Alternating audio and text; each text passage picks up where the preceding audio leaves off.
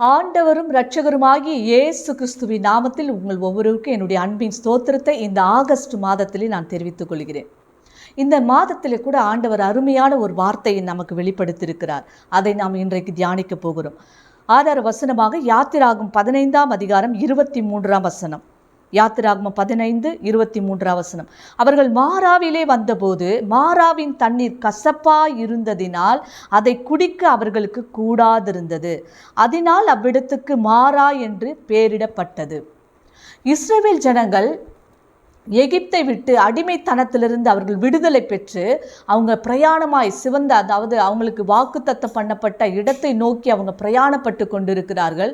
அப்படியாய் சிவந்த சமுத்திரத்தை கடந்து 3 நாள் வனாந்திரத்தில் பிரயாணமாய் வந்த பொழுது அவங்க ஒரு இடத்திலே வந்தார்கள் என்று சொல்லி வேதத்தில் பார்க்கிறோம். அதுதான் மாரா. அந்த மாரா என்ற இடத்துக்கு வருவதற்கு முன்பாக 3 நாள் பிரயாணப்படுறாங்க. அந்த 3 நாளில் அவங்களுக்கு தண்ணீர் இல்லாதிருந்தது என்று சொல்லி வேதத்தில் பார்க்கிறோம். அவர்கள் குடிக்க தண்ணீர் இல்லாதது, ரொம்ப தாகத்தோடு வராங்க. வேதனையோட முகலாம் கருத்து போச்சு. தண்ணீர் இல்லாமல் ஒரு மனிதனால் ஒரு நாள் தண்ணீர் குடிக்காமல் இருக்கவே முடியாது. இவர்கள் 3 நாள் தண்ணீர் இல்லாமல் வேதனையோடு வராங்க. முகலாம் கருத்து போயிடுச்சு, உதடெல்லாம் வெடிப்பாயிருச்சு. மிருக ஜீவன்களுக்கு தண்ணி இல்லை, ஜனங்களுக்கு தண்ணி இல்லை. 6 லட்சம் புருஷர்கள், பிள்ளைகள், எல்லா பெண்களை எல்லாம் பார்த்தீங்கன்னா 20 லட்சம் பேர் வராங்க. 20 லட்சம் பேருக்கு தண்ணீர் இல்லாத ஒரு சூழ்நிலை. அவங்க மாரா என்ற இடத்துக்கு வந்தபோது அவங்க தண்ணீரை கண்டார்கள். அப்போ பாருங்க, அந்த 3 நாள் தண்ணீர் இல்லாமல் அந்த மாரா என்ற இடத்துக்கு வரும்போது தண்ணீரை கண்டு எவ்வளோ சந்தோஷத்தோடு அவங்க ஓடி அதை பருக போனார்கள். ஓடி அதை பருக போன போது அந்த தண்ணீரை குடித்த போது அந்த தண்ணீர் எப்படி இருந்ததா? கசப்பாக இருந்தாதான். ஹல்லேலூயா. 3 நாள் தண்ணி கிடைக்கல. 3ஆவது நாள் ஒரு இடத்துக்கு வராங்க. அந்த இடத்துல கொஞ்சம் தண்ணீர் பார்க்குறாங்க. சந்தோஷத்தோடு அதை குடிக்கலான்னு போனால் அது கசப்பாக இருந்ததான். பயங்கரமான வேதனையாக இருந்திருக்கலாம் உங்களுடைய வாழ்க்கையில். அப்போ பாருங்கள், ஜனங்க எல்லாம் மோசையை நோக்கி கதறாங்க. 3 நாள் அவஸ்தைப்பட்டு நாங்கள் வேதனைப்பட்டு தண்ணீர் இல்லாமல் சாக போகிற ஒரு சூழ்நிலை இருக்கும் பொழுது இந்த தண்ணீர் கசப்பாக இருக்கிறதே அப்படின்னு மோசைக்கிட்ட அவங்க முறையிட போது மோசை தேவனை நோக்கி ஜெபித்தார் என்று சொல்லி வேதத்தில் பார்க்கிறோம். ஜெபிக்கும் பொழுது ஆண்டவர் ஒரு மரத்தை காண்பிக்கிறார். மரத்தை காண்பிச்சு அதை நீங்கள் வெட்டி அந்த தண்ணீரிலே போடும் பொழுது அந்த தண்ணீர் என்ன மாறிச்சா? மதுரமாய் மாறிச்சான். அப்போ இந்த ஆகஸ்ட் மாதத்தில் வந்திருக்கிற உங்களுடைய வாழ்க்கையில் இதுவரைக்கும் நீங்கள் ஒரு கசப்பான அனுபவத்திற்குள்ளாய் நீங்கள் இருந்திருக்கலாம். கசப்பான காரியங்கள் உங்களுடைய வாழ்க்கையில் நடந்திருக்கலாம். கசப்பான முடிவுகளை நோக்கி நீங்கள் நடந்து கொண்டு இருக்கலாம். கசப்பான வார்த்தைகளை சில பேர் உங்ககிட்ட பேசி உங்களுடைய ஜீவனை கசப்பாக்கி இருக்கலாம். கசப்பான வார்த்தைகளை ஒவ்வொரு நாளும் நீங்கள் கேட்டுக்கொண்டு இருக்கலாம். ஹல்லேலூயா. கசப்பான உறவுகள் ஒவ்வொரு நாளும் உங்களை கசப்பான வார்த்தைகளை பேசி உங்கள் வேதனை, உங்கள் ஆத்துமாவை, ஆவி, சரீரத்தை கசப்பாக்கி இருக்கலாம். இந்த நாளிலே ஆண்டவர் சொல்ல போகிறார், உன்னுடைய கசப்பான வாழ்க்கையை மாற்றப் போகிறவர். நம்முடைய தேவன் மாற்றுகிறவர். ஹல்லேலூயா. நம்முடைய சூழ்நிலைகளை மாற்றுகிறவர். இஸ்ரவேல் ஜனங்களுடைய சூழ்நிலையை அங்கே மாற்றினார். கசந்து போன அவங்களுடைய வாழ்க்கை, கசப்பாய் இருந்த தண்ணீரை அவங்க மதுரமாய் மாற்றின தேவன் இன்றைக்கு உங்களுடைய வாழ்க்கையில் நீங்கள் சந்தித்து கொண்டிருக்கிற கசப்பான காரியங்கள், கசப்பான முடிவுகள், கசப்பான உறவுகள் மத்தியில் நீங்கள் வாழ்ந்து கொண்டிருக்கலாம். கசப்பான வார்த்தைகளை ஒவ்வொரு நாளும் நீங்கள் கேட்டுக்கொண்டிருக்கலாம். அந்த கசப்பான வாழ்க்கையை மாற்ற தேவன் இந்த ஆகஸ்ட் மாதத்தில் உங்களை மாற்றுகிற, உங்களுடைய கசப்பை மாற்றுகிற தேவனாய் வெளிப்பட போகிறார். உங்களுடைய கசப்பான வாழ்க்கையை மதுரமாய் மாற்றுகிற தேவனாய் வெளிப்பட போகிறார். இஸ்ரவேல் ஜனங்களுடைய கசப்பை, மாராவின் கசப்பை மதுரமாய் மாற்றின தேவன் இன்றைக்கு உங்களுடைய வாழ்க்கையில் இருக்கிற, நீங்கள் சந்தித்து கொண்டிருக்கிற எந்த சூழ்நிலையாக இருந்தாலும், எந்த நெருக்கடியான வேலையாக இருந்தாலும் அதை மாற்ற அவர் வல்லமுடைய தேவனாய் இருக்கிறார். ஹல்லேலூயா. நான் கர்த்தர், நான் மாறாதவர், ஆனாலும் உன் சூழ்நிலைகளை நான் மாற்றுகிற தேவனாய் இருக்கிறேன் என்று ஆண்டவர் நமக்கு வாக்கு பண்ணியிருக்கிறார். அதனால் இந்த நாளில் உங்களுடைய வாழ்க்கை ஒருவேளை கசந்து போயிருக்கலாம். அந்த வாழ்க்கையை ஆண்டவர் இன்றைக்கு மாற்ற அவர் வல்லமுடைய தேவனாய் இருக்கிறார். இந்த ஆகஸ்ட் மாதத்தில் உங்களுடைய கசந்து போன காரியங்களை அவர் மாற்றக்கூடியவராய் வெளிப்பட போகிறார். ஹல்லேலூயா. வேதத்தில் பார்த்தீங்கன்னா ஒரு சகோதரனுடைய வாழ்க்கையை மாற்றினார். அவள் தான் நகோமி. நீங்கள் ரூத் புஸ்தகத்தில் 1ஆம் அதிகாரத்தில் 4 அதிகாரம் தான் இருக்குது. அதில் நீங்கள் வாஸ்து பார்த்தீங்கன்னா அவள் சொல்லுவாள், அவள் பெத்லகேமை விட்டு மோவாப் தேசத்துக்கு போய் அங்கே பஞ்சத்தின் காரணத்தை காட்டி அவள் என்ன செய்றா? பெத்லகேமில் பஞ்சம் ஏற்படும் பொழுது அவள் என்ன செய்ய? பயந்து போய் என்ன செஞ்சா? அந்த பஞ்சத்தை காரணம் காட்டி மோவாப் தேசத்துக்கு போய் அங்கே 10 வருஷம் இருக்கிறா. 10 வருஷம் முடிஞ்சு மறுபடியும் அவங்க பெத்லகேமில் ஆண்டவர் கர்த்தர் ஜனங்களை சந்தித்தார், அவர்களுக்கு ஆகாரம் கொடுத்தார் என்று கேள்விப்பட்டு அவள் மோவாப் தேசத்தில் திரும்பி வரும்படி எழுந்து பெத்லகேமுக்கு வருகிறாள். பெத்லகேமுக்கு வரும்பொழுது அங்கே இருக்கிற ஜனங்கள்லாம் பார்த்து, இவள் நகோமி தானே, இவள் நகோமி தான். ஏன்னா 10 வருஷம் அவன் மோவாப் தேசத்தில் இருந்துட்டா, அவளுக்கு அடையாளத்தில் அப்போ கொஞ்சம் அடையாளத்தை வச்சு அவங்க சொல்கிறாங்க, இது நகோமி தானே அப்படின்னு சொல்லும் பொழுது அவள் அருமையான ஒரு வசனத்தை அவங்க சொல்லுவாள். நீங்கள் 1ஆம் அதிகாரம் நீங்கள் 19ஆம் வசனம் பார்த்தீங்கன்னா, அப்படியே இருவரும் பெத்லகேம் விட்டு நடந்து போனார்கள். அவர்கள் பெத்லகேமுக்கு வந்தபோது ஊரார் எல்லாரும் அவர்களை குறித்து ஆச்சரியப்பட்டு, இவள் நகோமியோ என்று பேசிக்கொண்டார்கள். அதற்கு அவள், நீங்கள் என்னை நகோமி என்று சொல்லாமல் மாறாள் என்று சொல்லுங்கள். சர்வ வல்லவர் மிகுந்த கசப்பை கட்டளையிட்டார். நான் நிறைவுள்ளவளாய் போனேன், கர்த்தர் என்னை வெறுமையாய் திரும்பி வர பண்ணினார். கர்த்தர் என்னை சிறுமைப்படுத்தி சர்வ வல்லவர் என்னை கிளேசப்படுத்தி இருக்கில் நீங்கள் என்னை நகோமி என்பானேன் என்றாள். ஹல்லேலூயா.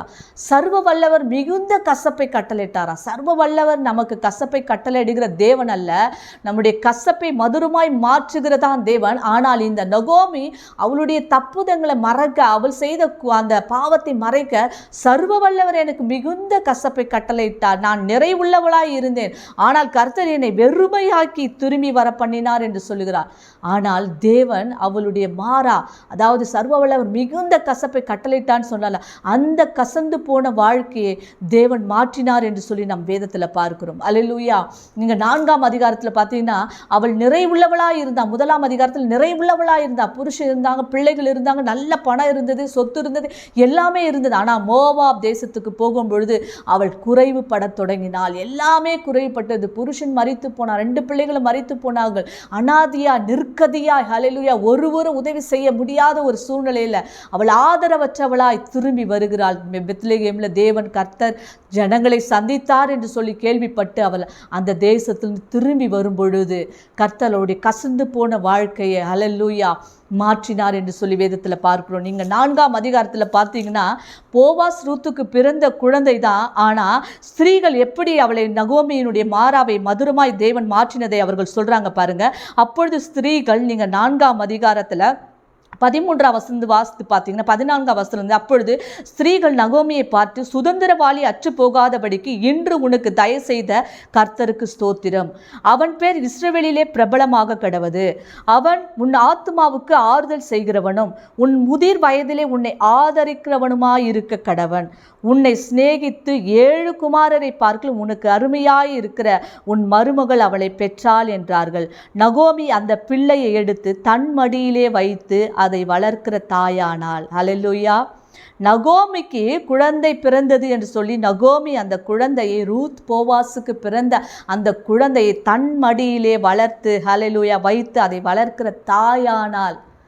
தன் பிள்ளைகளை இழந்தவள், புருஷனை இழந்தவள், எல்லா சொத்துக்களை இழந்தவள், சர்வ வல்லவர் மிகுந்த கசப்பை எனக்கு கட்டளையிட்டார் என்று சொன்னவள். ஆனால் 4ஆம் அதிகாரத்தில் வரும்பொழுது சர்வ வல்லவர் அவளுடைய கசந்து போன வாழ்க்கையை மாற்றினார். ஹல்லேலூயா, ஹல்லேலூயா. அவளை நிறைவுள்ளவளாய் மாற்றினார். ஆமென். அவளுடைய வெறுமையை மாற்றினார், அவள் துக்கத்தை மாற்றினார். ஆமென். அவள் சாபத்தை அவர் மாற்றினார், அவருடைய வாழ்க்கையில் இருந்த இருளை அவள் மாற்றினார். ஹல்லேலூயா, ஹல்லேலூயா. இன்றைக்கு உங்களுடைய வாழ்க்கையிலும் அந்த பிள்ளையை வளர்க்கிற தாயாய் மாறினது போல உங்களுடைய கசந்து போன வாழ்க்கையை மாற்றக்கூடிய வல்லமை உடைய ஒரு தேவன் இருக்கிறார். அவரிடத்துல நாம் வரும்பொழுது, இந்த இஸ்ரவேல் ஜனங்கள் மோசையை நோக்கி முறையிட்ட போது மோசே தேவனை நோக்கி ஜெபித்தான். அதே போல நகோமி மோவாப் தேசத்திலிருந்து திரும்பி வரும்படி எழுந்தாள். அல்லேலூயா. அவள் பெத்லகேமுக்கு வந்தாள். அப்போ தேவனிடத்துல நம்ம வரும்பொழுது நம்ம கசந்து போன வாழ்க்கையை அவர் மதுரமாய் மாற்றக்கூடிய வல்லவர். ஹல்லேலூயா. உங்கள் துக்கத்தை அவர் சந்தோஷமாய் மாற்றுகிறவர், உங்கள் இருளை அவர் வெளிச்சமாய் மாற்றுகிறவர், உங்கள் புலம்பலை ஆனந்த களிப்பாய் அவர் மாற்றுகிறவர், உங்கள் சாபத்தை ஆசீர்வாதமாய் அவர் மாற்றக்கூடிய வல்லமையுடையவர். இந்த மாறாவை அவர் மதுரமாய், மாறாவை கசப்பை மதுரமாய் மாற்றின தேவன். இந்த மாதத்திலே உங்களுடைய வாழ்க்கையில எந்த கசப்பு இருந்தாலும், இஸ்ரவேல் ஜனங்களுடைய ஜீவனை கசப்பாக்கின பார்வோனை போல யாராவது ஒருத்தர் உங்களுடைய வாழ்க்கை கசப்பாக்கி கொண்டிருந்தாலும், கசப்பான காரியங்கள், கசப்பான முடிவுகள், கசப்பான வார்த்தைகள், கசப்பான உறவுகள் மத்தியில் நீங்கள் இருந்தால் இருந்தாலும் இந்த மாதத்திலே கர்த்தர் உங்கள் மாறாவை அவர் மதுரமாய் மாற்றக்கூடிய வல்லவர். ஹல்லேலூயா, ஹல்லேலூயா. நாம் கண்களை மூடி ஜெபம் செய்வோம்.